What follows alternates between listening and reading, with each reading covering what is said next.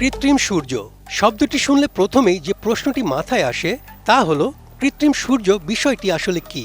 Artificial সান বা কৃত্রিম সূর্য হল একটি উন্নত পারমাণবিক ফিউশন চুল্লি বা নিউক্লিয়ার ফিউশন রিঅ্যাক্টর। আক্ষরিক অর্থে কোনো সূর্য না হলেও বিজ্ঞানীরা সূর্যের মতো প্রবল তাপ ও শক্তি উৎপাদন করার জন্য এই যন্ত্রটি উদ্ভাবন করেছেন। চীনে এটি ইএএসটি ইস্ট বা এক্সপেরিমেন্টাল অ্যাডভান্সড সুপার কন্ডাক্টিং টোকামাক নামে পরিচিত।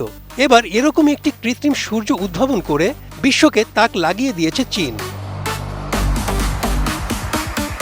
কৃত্রিম সূর্য প্রকল্পের জন্য তৈরি উচ্চ তাপমাত্রার একটি সুপার কন্ডাক্টিং ম্যাগনেট বা চুম্বকের সফল পরীক্ষা সম্পন্ন করেছেন চীনা বিজ্ঞানীরা।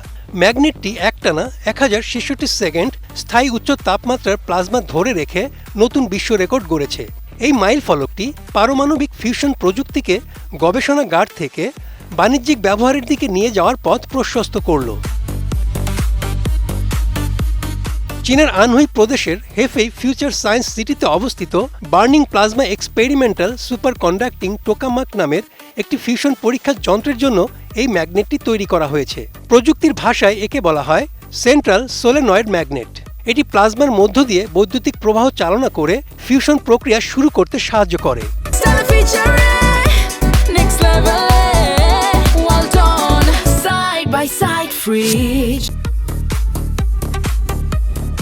এই ম্যাগনেটটি 60 কিলো অ্যাম্পিয়ার স্থিতিশীল বৈদ্যুতিক প্রবাহ বহন করতে সক্ষম এবং এটি 6.03 মেগাজুল শক্তি সঞ্চয় করতে পারে।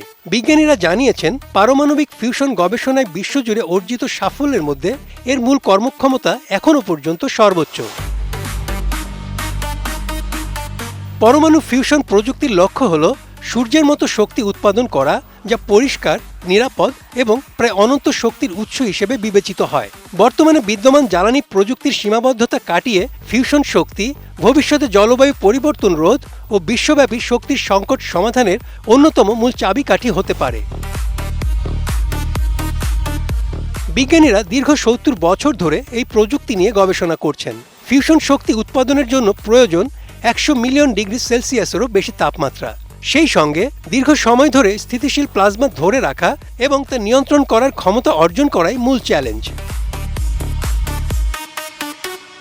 পরিকল্পনা অনুযায়ী এই ফিউশন পরীক্ষার যন্ত্রটির নির্মাণ কাজ 2027 সালের মধ্যে শেষ হবে, আর 2030 সালের মধ্যেই এর মাধ্যমে পারমাণবিক ফিউশন থেকে বিদ্যুৎ উৎপাদনের লক্ষ্যমাত্রা নির্ধারণ করেছে চীন।